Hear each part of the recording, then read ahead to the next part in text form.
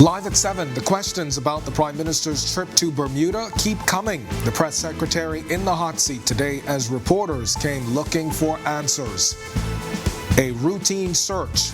Police and customs find more than $1 million in cocaine on an inbound container. As bird flu spreads across the United States, local poultry farmers say no need to panic just yet. We'll tell you why. And then in our news at 7:30, a funeral fiasco. Money's paid, but no funeral. It's a story you'll hear only on Our News. Our News live at 7. It starts now.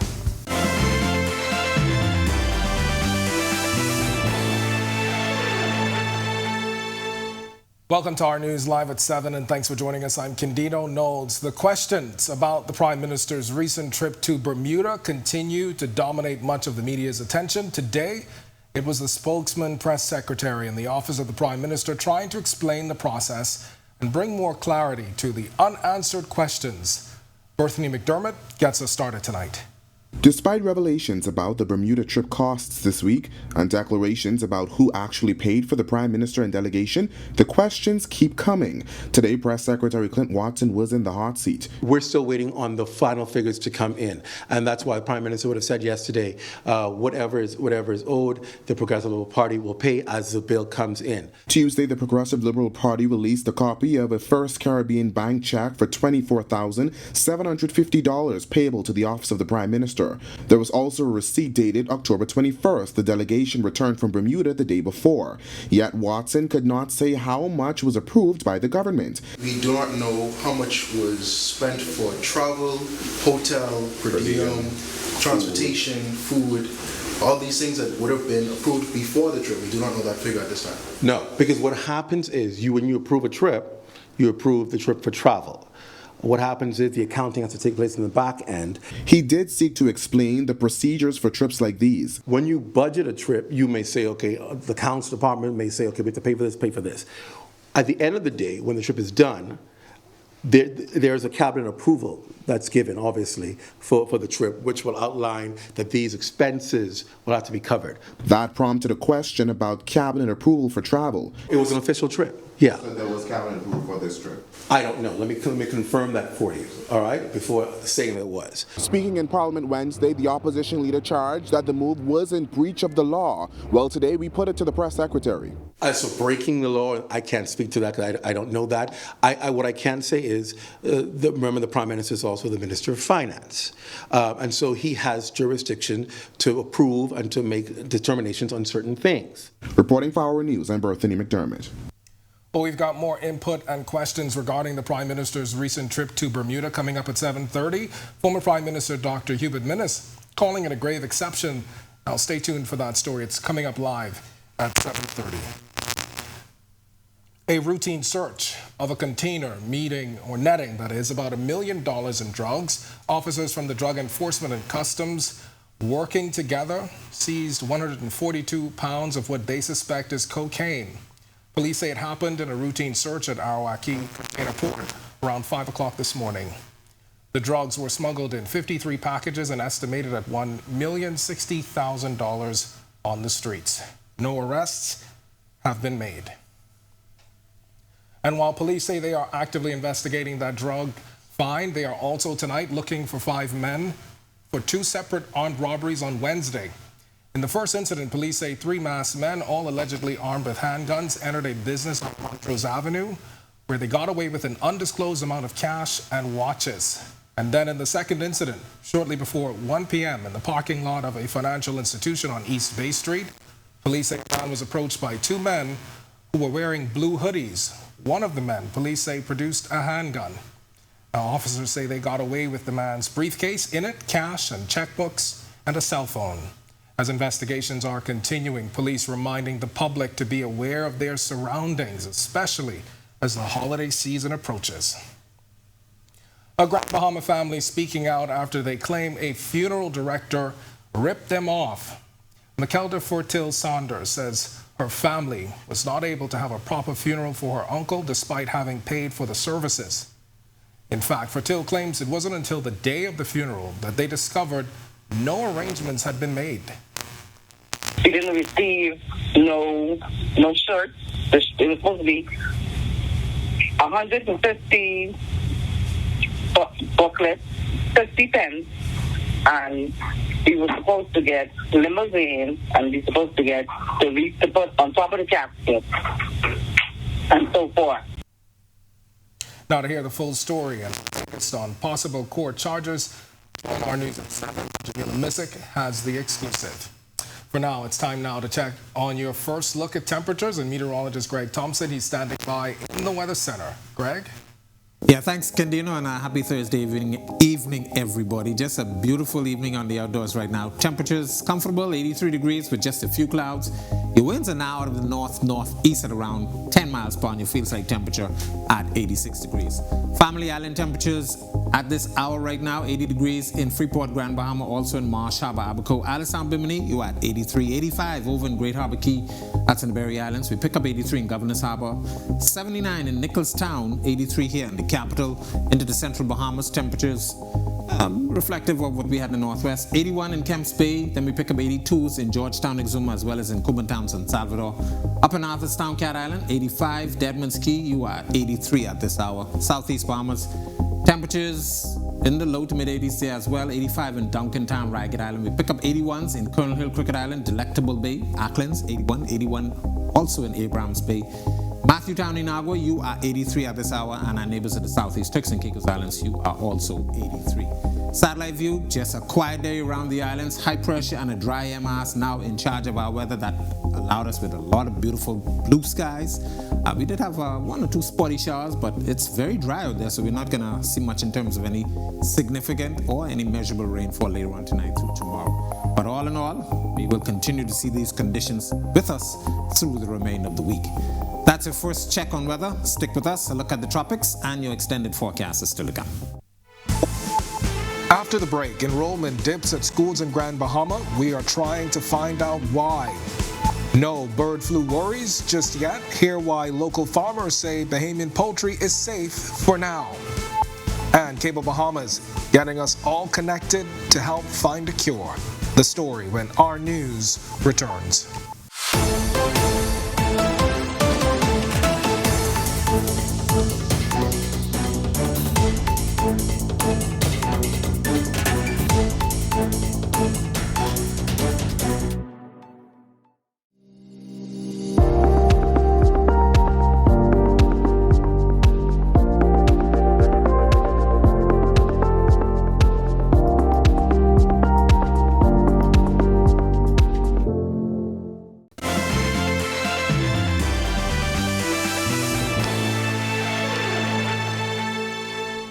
Enrollment numbers within schools on Grand Bahama appear to be declining. The news from Social Services and Urban Development Minister Obi Wilchcombe, who says he was told by a school principal on that island. As for the reason for the decline, Wilchcombe pointing to a number of factors, including the island's economy.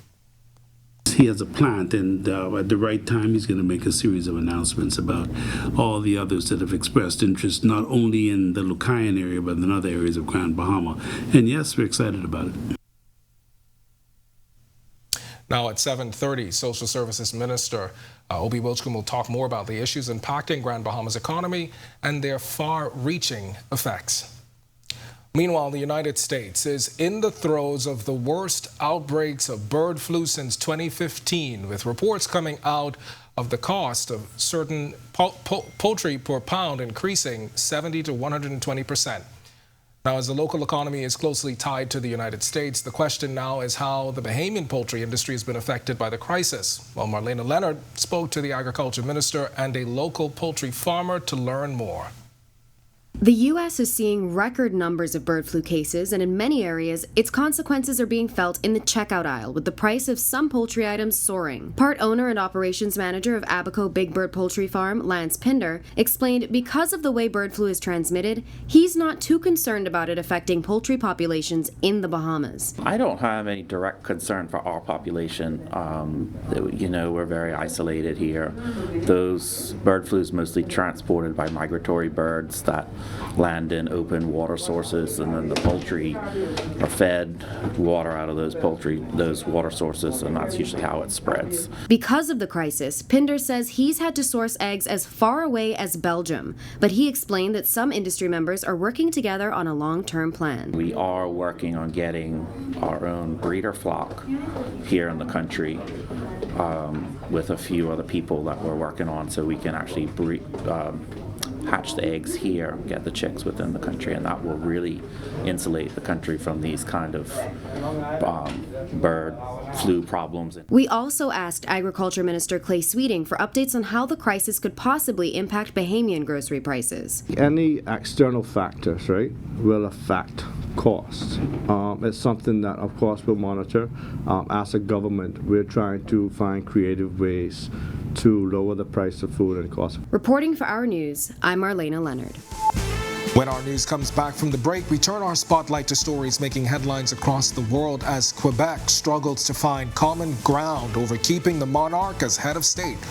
Plus, renewing calls for action ahead of the UN Conference on Climate Change, a reminder of how the Bahamas continues to lead the charge. And we are all in this fight together. Cable Bahamas leads an effort to raise money for the fight against breast cancer. The details when Our News returns.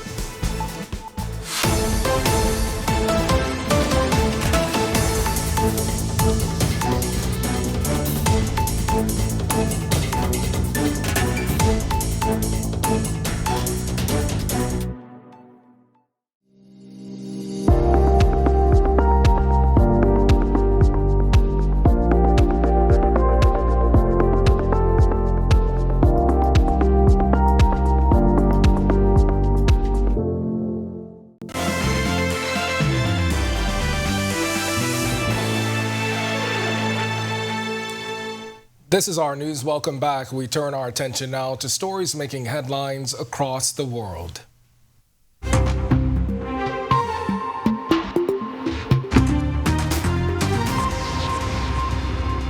Britain's newest Prime Minister already answering questions about cabinet appointments. Prime Minister Rishi Sunak has reinstated Sula Braverman as Home Secretary just days after she resigned over data breaches. Reports also emerging that as Attorney General, she was investigated for a leaked story over MIF. Several Conservative MPs are raising concerns over her appointment as well. The Prime Minister's spokesman said it is false to suggest that government security would be reluctant to share information with the Home Office. The Home Secretary made an error of judgment, but she recognised that, she raised the matter, and she accepted her mistake. And that's why I was delighted to welcome back into a united cabinet that brings experience and stability to the heart of government. We can all see what's happened here. He's so weak, he's done a grubby deal, trading national security because he was scared to lose another leadership election. There's a new Tory at the top, but as always with them, party first, country second. Yesterday, on the steps of Downing Street, he also admitted what the whole country knows. The Tories have crashed the economy, and now somebody has to pay for their mess. The Canadian province of Quebec is reviving the debate over ties with the British monarchy. On Wednesday, Canadian parliamentarians voted overwhelmingly no to severing ties. The leader of Bloc Québécois brought the motion that sparked the debate. Recently, 14 newly elected politicians refused to recite the oath of allegiance to the king at their swearing-in. Their refusal could lead to a bill that seeks to redefine requirements to take the oath. In Canada, the monarch, now King Charles II, is the head of state. It is mainly a symbolic role. And while the motion failed, the future of those politicians refusing to swear the oath remains unclear. Meanwhile, neighboring U.S. economy grew at a rate of 2.6% from July through September, ending 2 straight quarters of contraction and overcoming high inflation and interests. The news comes just as voting begins in midterm elections in which the economy has emerged as a key voting issue. President Biden said Wednesday his administration is examining fees imposed on sectors like entertainment and travel, among others. One of the key things I've asked the council to take on was the unfair hidden fees known as junk fees that are taking real money out of your pockets, real money out of the pockets of American families. Things like, as been mentioned, surprise banking overdraft fees, excessive credit card late fees, hidden hotel booking fees, or those huge termination charges to stop you from switching cable and internet plans to a better deal. Surprise charges that companies sneak into bills because they can. Today's actions are going to save consumers more than $1 billion each year. And that's a lot of money back in people's pockets. As Director Chopra shared this morning, that his team is even going further, developing rules and guidance that would take credit card late fees and other banking fees that cost Americans $24 billion a year, take them on. And we're just getting started. Mexican authorities have linked a massacre of 20 people in a southern town to a Mexican drug lord. The attack was first blamed on a rival gang through social media. Authorities have since raided 5 properties of the Hurtado brothers. On October 5th, the mayor of Totolapan was killed along with his father and 18 other men. The attack was originally claimed in a video attributing to a near-extinct gang. Mexican drug cartels are increasingly using social media to blame other gangs and mislead authorities and the public. Well, a U.S. policy shift has stranded hundreds of Venezuelan migrants in Panama's capital, looking for a way back home.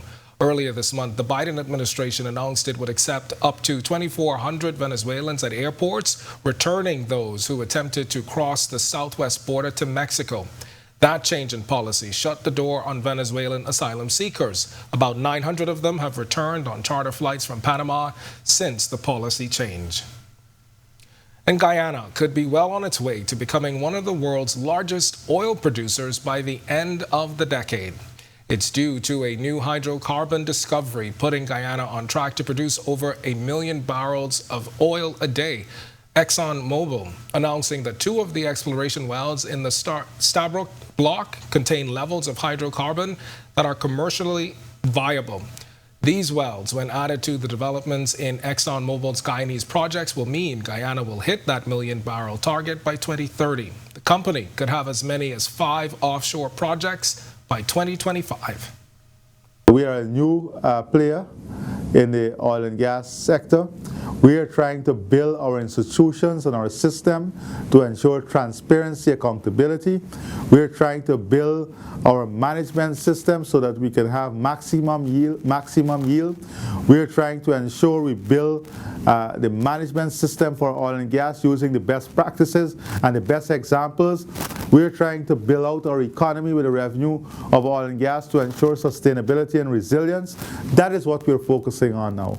We're not focused on being part of any organization. That conversation would have its time, and it will have to be had. Action needed now. That's the message coming from a new United Nations climate change report, noting that the world is nowhere near the scale and pace of emission reductions needed to limit rising temperatures. Christina Dragovich has this week's Sustainability First report. Bahamas First, putting sustainability first for our people and our environment. What's first for you and the planet comes first for us. 1.5 degrees Celsius by the end of this century. That's the goal for countries signed on to the Paris Agreement, but it's a milestone that's still out of reach, according to a new United Nations climate change report. While countries are, quote, bending the curve of global greenhouse gas emissions downward, those efforts are still not enough. It's a call to cut emissions, including carbon dioxide, which gets trapped in the atmosphere, creating a greenhouse warming effect. Prime Minister Philip Davis made the same charge during his debut at COP26 in Glasgow last year. We are out of time, colleagues. Why is this so important? It's all outlined in the Paris Agreement, a legally binding treaty on climate change with the goal to limit global warming to 1.5 degrees Celsius. This requires economic and social transformation to face the climate challenges now and moving into the future. The recent UN report notes that the climate pledges of the 193 parties under the Paris Agreement would put the world on track for 2.5 degrees of warming by the end of the century. Executive Secretary of UN Climate Change, Simon Steele, says the, quote, science is clear, and so are our climate goals under the Paris Agreement. We cannot outrun the hurricanes, which are growing more powerful, and we cannot outrun rising sea levels as our islands disappear beneath the seas. However, since that conference in 2021, Steele says only 24 new or updated climate plans were submitted to take action on climate change. World leaders will come together again this year for COP27 in Egypt, another chance to close the gap between 2.5 degrees and 1.5 degrees. Reporting for Our News, I'm Christina Dragovich. Still to come in our news, today in history, find out interesting facts about the day that was October 27th. Plus, Greg is back with your extended weather forecast. And then in our news, live at 7:30. Own a dog? Well, you may want to think about licensing it. We'll tell you why and how. All that and more ahead on Our News.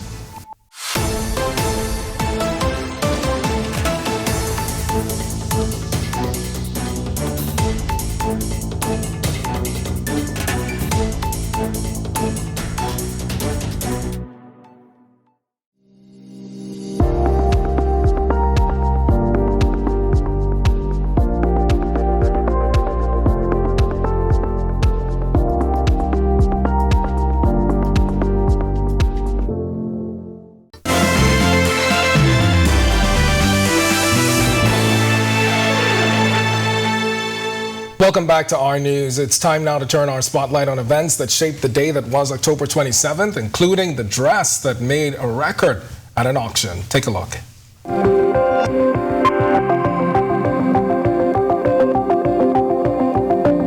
On October 27, 1997, trading was halted at the New York Stock Exchange as the Dow Jones Industrial Average suffered the biggest point drop in history. This image shows activity on the floor of the New York Stock Exchange 1 minute before trading was halted for the day due to the 553-point drop. Worried investors rushed for the exit, afraid the Asian financial crisis may not be over. In 1999, the dress that Marilyn Monroe wore to sing Happy Birthday, Mr. President to President John F. Kennedy was sold for over $1.2 million. Telephone bids were taken at Christie's auction of Monroe's personal items in New York. A New York memorabilia dealer paid the $1 million price tag, a record for an item of clothing at an auction. Also in 1999, gunmen opened fire in the Armenian parliament, killing 8, including the prime minister. The shooting led to significant changes in the country's political landscape, and it remains a subject of numerous conspiracy theories, mostly involving the next president, whose tenure thereafter was frequently criticized as authoritarian. The president and parliament speaker were posthumously honored with National Hero of Armenia titles. And 2006 saw scuba divers in Sydney, Australia, setting the world record for an underwater dance class. This photo shows 74 scuba divers dancing at Sydney's Olympic Park Aquatic Centre. The divers were required to dance simultaneously for 10 minutes to set the record, with the event also raising money for charity. And in 2009, Fisker Automotive announced its intention to manufacture the world's first production plug-in hybrid car. In this photo, Fisker CEO Henrik Fisker made the announcement to manufacture the Karma at the former General Motors Boxwood Road assembly plant in Wilmington, Delaware. Well, the Cable Bahamas group of companies partnering with corporate Bahamas to raise awareness about breast cancer while also having a little fun. This Friday, all roads lead to Cable Bahamas' headquarters for the second Connecting for the Cure campaign. Megan Shepard has the details. Cable Bahamas group of companies continuing to demonstrate their commitment to the community. CEO Franklin Butler says the campaign will help to raise awareness and give support to those men and women affected by breast cancer. While this is the second installment for Connecting for the Cure, this is the 5th fundraising year for the company. SoCureBoss and Connecting for the Cure have become beloved annual events for our teams. And for the first time, we're opening these events to several of our corporate partners. Last year, between our internal teams and executive donating matching, we raised in excess of $4,000, which we donated to the Cancer Society of the Bahamas. It is our hope that we, along with our corporate partners, will double that amount this year. Corporate sponsors say they recognize that the fight against cancer takes a collaborative effort. It's important that all of the corporate citizens come together, collaborate, and support any initiatives that support the families that go through that battle or solves or brings about a cure for that battle. Breast cancer is a serious disease that impacts almost every one of us. I'm sure that a lot of us in the room have been impacted in some way, shape, or form. And we want to do our part just to give back. The Cash and Go is proud to partner and sponsor this initiative, this worthy initiative. We look forward to all the events, and I'm inviting all my staff to come out tomorrow with the opportunity to dunk me. To donate to the Connecting for the Cure campaign, simply log on to togetherbahamas.com. So you can donate wherever you are in the Bahamas, wherever you are in the world, which is the most attractive feature, and you can give to the charities of your choice. And we encourage you to donate to Connecting the Cure and to look at some of the smaller charities also. Reporting for Our News, I'm Megan Shepard. Thanks for that report, Megan. To learn more about Cable Bahamas' efforts and for all of today's top stories, visit ournews.bs. And remember, you can share those stories with your family and friends right from the Our News Facebook page. That's going to do it for us in News at 7. Joining us now is our Talia Hall. She's got the latest headlines. Talia? Yes, thanks, Ken. Great initiative by Cable Bahamas and Corporate Bahamas for Breast Cancer Awareness Month. Yeah, certainly, and I understand that we're supposed to have a Dunk Your Boss Day tomorrow. So Jerome? We should dunk Jerome. Yeah, so I second be prepared, Jerome, for tomorrow.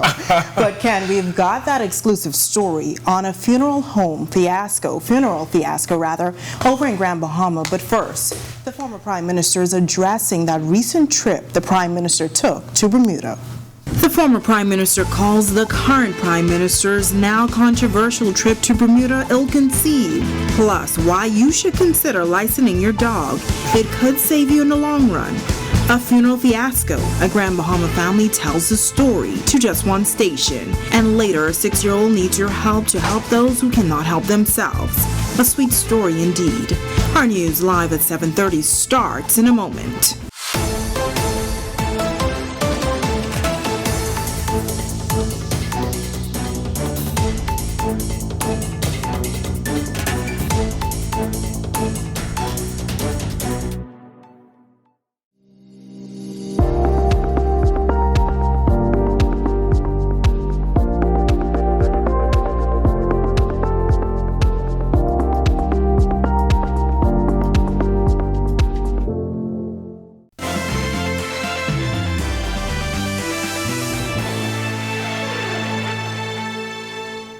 Welcome to our news and thank you for joining us. I'm Talia Hall.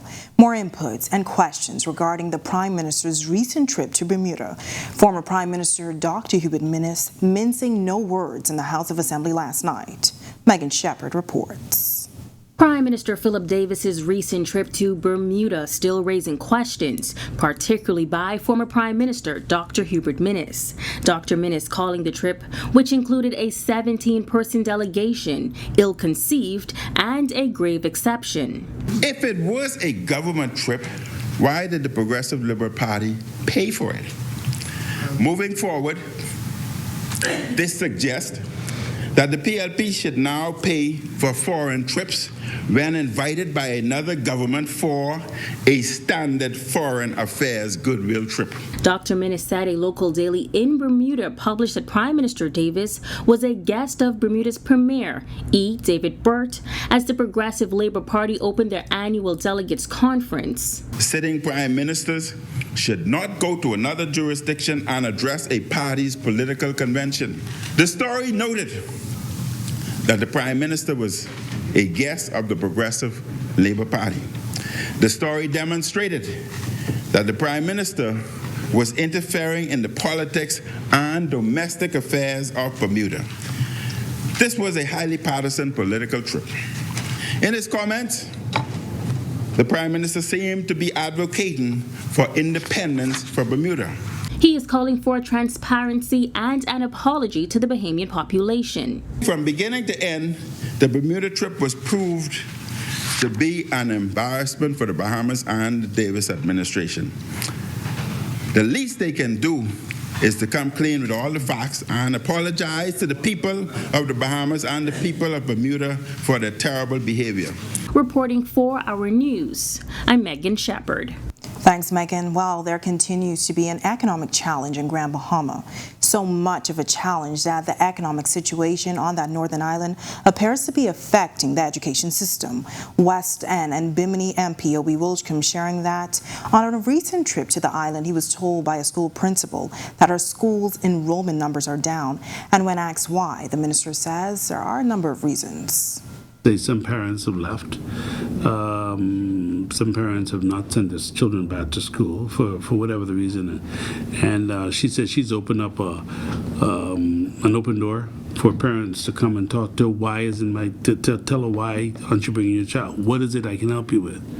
There's circumstances, economic circumstances that we cannot pretend it doesn't exist. It does exist. The West End and Bimini MP explaining that the economic downturn in Grand Bahama did not just start after Hurricane Dorian. But we forget there's Francis, Jane, Wilmer, and Matthew. And we're talking from 2004, and they happened. And you got to appreciate that all of this has been going on. And we've not had a systemic plan that has been able to get us back, because every time you think you're making some steps, here comes Dorian. So you've had issues, and then the pandemic. And so you've had these issues. Now, how do you get to another place? It's a challenge. The minister also commenting on the sale of the Grand Lucayan Resort, which many Grand Bahamians are depending on to revive the economy. Wilchcombe says the Minister of Tourism has a plan not only for the resort. While you talk about the hotel, you talk about 1,300 rooms.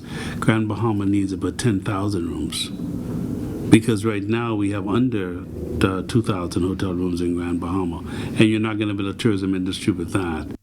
The Ministry of Agriculture, Marine Resources and Family Island Affairs, collaboration with the Ministry of National Security and the Bahamas Alliance for Animal Rights and Kindness to promote the need for Bahamians and residents to license their dogs has apparently been successful, but the process is not perfect yet. The ministry is working on making it a digitized process, but for now, Bahamians still have to go to the Ministry of Agriculture for their licenses, according to Agriculture Minister Clay Sweeting. After we, the BARC, the nonprofit, and the DOA worked along with the Ministry of National Security to advise persons on the repercussions of dogs not licensed that may pose a harm to persons in our communities. We've seen an uptick, of course. When you do online database, especially for family islands, it's much easier to apply that way, and that's why we see the need, and we're working towards solving that issue. We've got more to get to in a moment, but for now, temperatures in the low 80s with some spotty showers in the forecast. Meteorologist Greg Thompson is back in the Weather Center. Good evening, Greg. Thanks, Italia, and welcome everybody for our first check on weather. Beautiful conditions on the outside right now. Temperatures are comfortable 83 degrees with few clouds. Winds out of the northeast at 10 miles per hour, and your feels-like temperature at 86 degrees. Satellite view, quiet around the area. Ridge of high pressure in charge at the surface. Some patchy clouds moving in on that north to northeasterly flow, bringing a couple of isolated or spotty showers across the central Bahamas. But all in all, it should be very quiet for the remainder of the night. There is a frontal boundary to the north of us starting to park its way across central Florida. We expect that front to stall throughout the night and into tomorrow and eventually dissipate. But in the meantime, it will generate a few isolated showers across extreme northwest Bahamas tonight through tomorrow. That's your first check on weather. Stick with us. A look at the tropics and your extended forecast is still to come. Ahead on our news, a family horror, funds paid and no funeral. And farmers get their hands on some new technology that could be a game changer. We'll tell you what it is. And this 6-year-old is helping to raise funds for those in need of help. Find out how you can support her. That's coming up when Our News Live at 7:30 returns.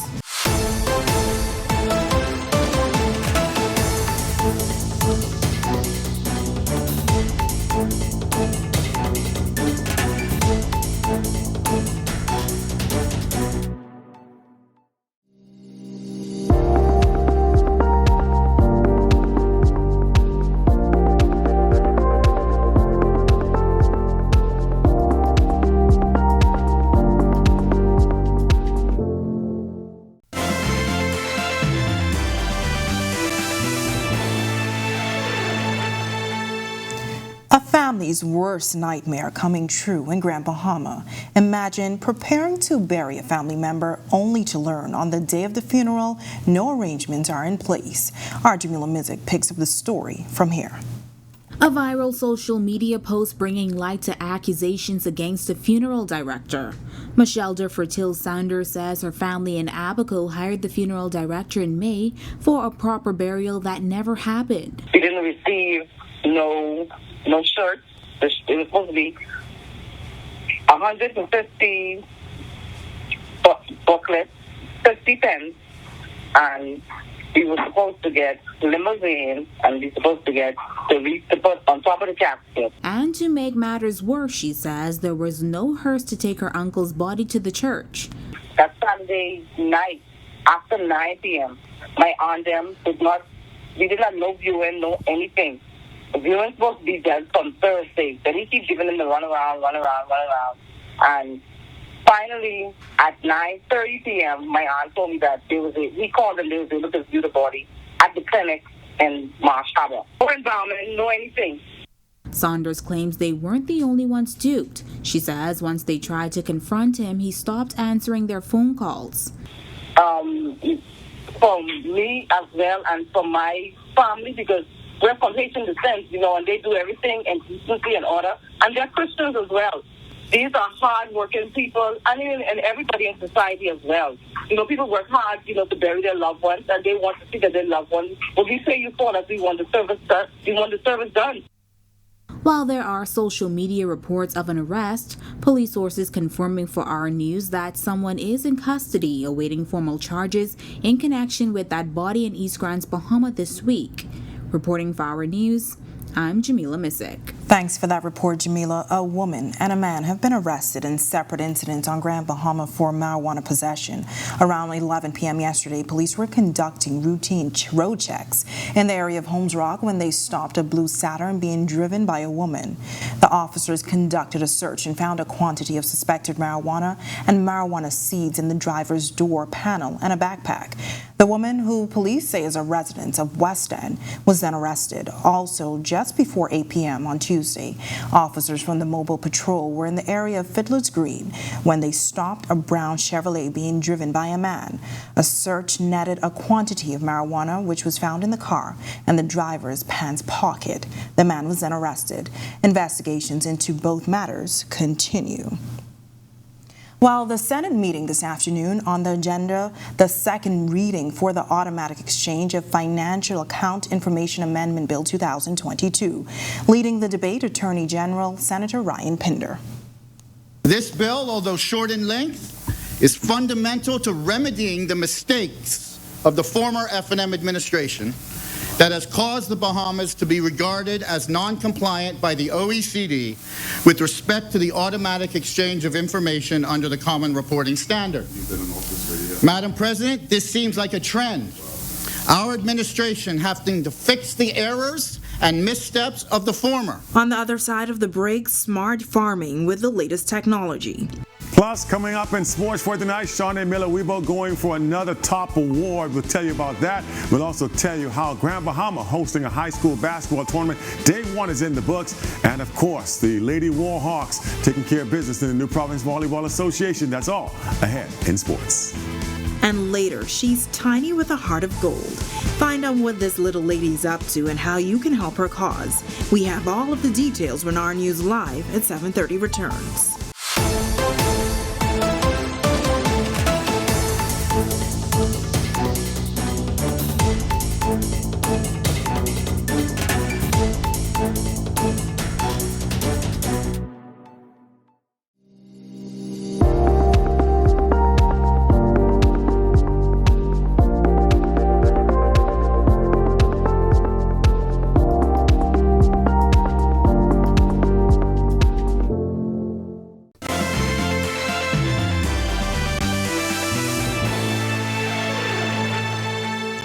This is Our News. Thank you for staying with us. Some agricultural business owners looking to take their farms to the future are getting the chance to do it with just that, with a pilot program called the Climate Smart Technology Encouragement Grant. Marlena Leonard has the story. The Climate Smart Technology Encouragement Grant is a collaboration between the Access Accelerator Small Business Development Corporation and the Ministry of Agriculture, Marine Resources, and Family Island Affairs that seeks to incentivize climate-smart farming. Now, you may be wondering, what is climate-smart technology? Well, it includes things like climate-smart seeds, planting materials that can withstand extreme weather conditions, and solar and wind energy. And the solar energy is something that these grant recipients are particularly interested in. A perfect example of what the minister describes as merging old techniques with new innovations can be heard from VNet Multi-Enterprise Operational Manager Janelle Lewis. What our product does, it measures and collects data for soil saturation, soil nutrition, atmospheric conditions, and then it uses this data to run automated processes using AI to help growers save and prevent resource wastage. For Abaco Big Bird Poultry Farm, they say the grant and transition to solar power will pay off quickly. I think it would probably cut our costs around 20% with the funding that we're going to be getting, which is a significant amount of money. Our bills run in the thousands, tens of thousands of dollars sometimes every month. And Shomakan Cargill and the mushroom producers at Wilmutta Fungus have plans to make their products more sustainable and accessible for Bahamians. We intend to solarize our production, reduce our carbon footprint, as well as reduce our cost of production to bring down our price to make these healthy products more available to the general population. Agriculture Minister Clay Sweeting says grants like this are big steps toward food security. I think as a ministry and as a government, we continue to find creative ways to empower. We have a long way to go, but every success starts with the first step, and I think that's what we've done today. Reporting for Our News, I'm Marlena Leonard. Thanks, Marlena. Interesting report. Well, top athlete Shawnee Miller-Weibo up for another award. Meanwhile, day one action completes in high school basketball in Grand Bahama. Marcellus Hall is now up with a check on sports. All right, thanks, Natalia. Welcome to our sports, everybody. I'm Marcellus Hall. Top awards are good anytime they come around, especially at the end of the year. Shawnee Miller-Weibo up for another one. This will be the World Athlete of the Year award if she's able to hold out against some very, very stiff competition. Let's take a look. Bahamian track star Shawnee Miller-Weibo amongst the finalists for the upcoming World Athlete of the Year award. On the ladies' side, Sharika Jackson, Shelly Ann Fraser-Price, just to name a few of the athletes who are going up for this award, as well as Shawnee Miller-Weibo. Will be a tough competition going towards the end. We'll keep an eye on the process as the voting continues. Hope you guys are getting your votes in. Meanwhile, day one of competition getting underway for the Island Cares Tip-Off Basketball Classic in Grand Bahama. Taking a look at the best game of the night. 8 Mile Rock High School going up against Sunland Baptist Academy. 8 Mile Rock in the white shirts, Sunland in the green. This one a pretty good contest as Sunland Baptist pulling away down the stretch. They get the comfortable win here. 54-27 ends up being the final, including this incredible dunk here. And this three-pointer. Good stuff right there. Fans loving it. Action continuing today. Opening ceremonies, official opening ceremonies taking place today. And we'll give you details on that as that tournament does continue throughout the course of the week. Meanwhile, Grand Bahama, not the only place where things are going on. Mingos volleyball once again in action as they squared off in the New Providence Volleyball Association last night. Ladies matchup on the court at D.W. Davis. And this one again, a good one as the Warhawks in action going up against the Mingos. University of the Bahamas women's volleyball team had a special visit at the start of the MPVA season. They took on the Warhawks in the first set. The Mingos staying very close to the Warhawks, forcing a deuce there. The Warhawks, though, they pull out the Mingos arrows to win the first set 26-24. Second set, Mingos staying within 4. Warhawks still able to pull ahead. They win there 25-18. And then they go on to close it out in the third set, 25-12. And that is your look at sports here on this Thursday. I'm Marcellus Hall. Back to you, Italia. Still ahead on Our News Live tonight, this little 6-year-old shows us you are never too young to help. That's coming up when Our News returns.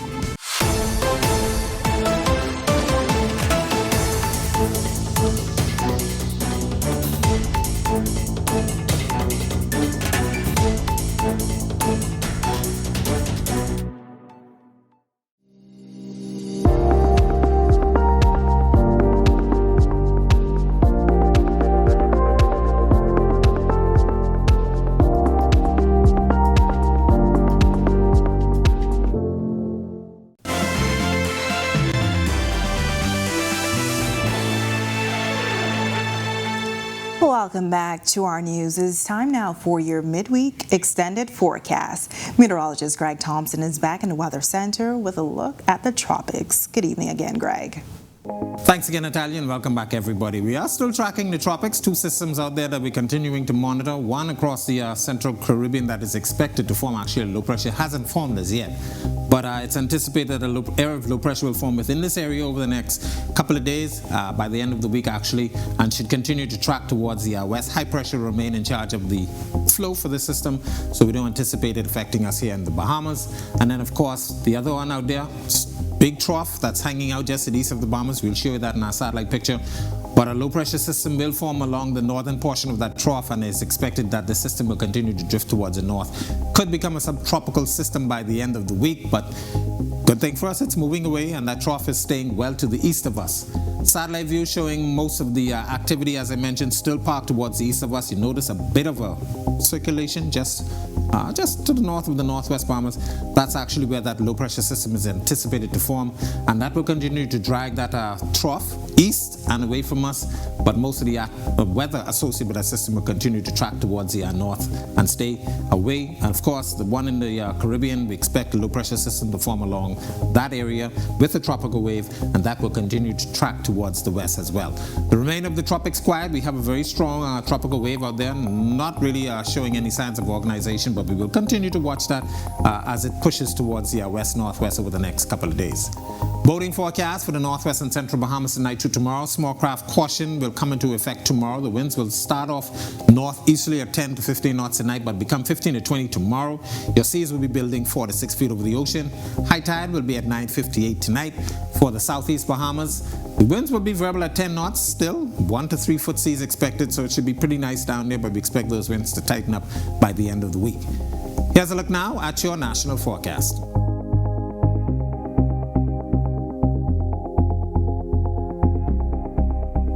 In your 7-day planner, quiet weather across area. We could see a spotty shower or two throughout the forecast period, but by Monday we anticipate an uptick in some moisture across areas, so we're looking at an increase in some showers, but those temperatures will be pretty nice and comfortable during the daytime, and we expect those temperatures at night to also be comfortable as well. That's a look at our weather. Make it a great night, everybody. Thanks so much, Greg. And here's a feel-good story for you. Meet 6-year-old Brielle in Bristol. Now, Brielle came up with the idea to make cupcakes to help raise funds for kids that are less fortunate. She did this because of her experiences on day-to-day outings with her mom. Brielle explains. I decided to do this big sale because I have a lovely and caring heart, and every time I go out on the streets, I'm like, when I go to the stores, I'm like, Mommy, can we give this person some money? And she says, yeah, so she has a kind and loving heart. But the reason why I decided to make the sale so I can get money so I can go away, and on Christmas Eve, I could buy the boys and girls gifts. Now, the sale will take place on Saturday at Just Grill on Potter's Key. But this is not the first year Brielle has had a cupcake sale. For the past 2 years, Brielle's Cupcake Project has given out 450 gifts so far. This year, we want to give out 500 gifts. Sweet story, Brielle. Thank you so much. And to learn more about Brielle's efforts and perhaps how you can help her, visit ournews.bs or share her story from the Our News Bahamas Facebook page. With that, we thank you for joining us for Our News Tonight. On behalf of the entire team, I'm Natalia Hall. We'll see you tomorrow night. Have a great evening.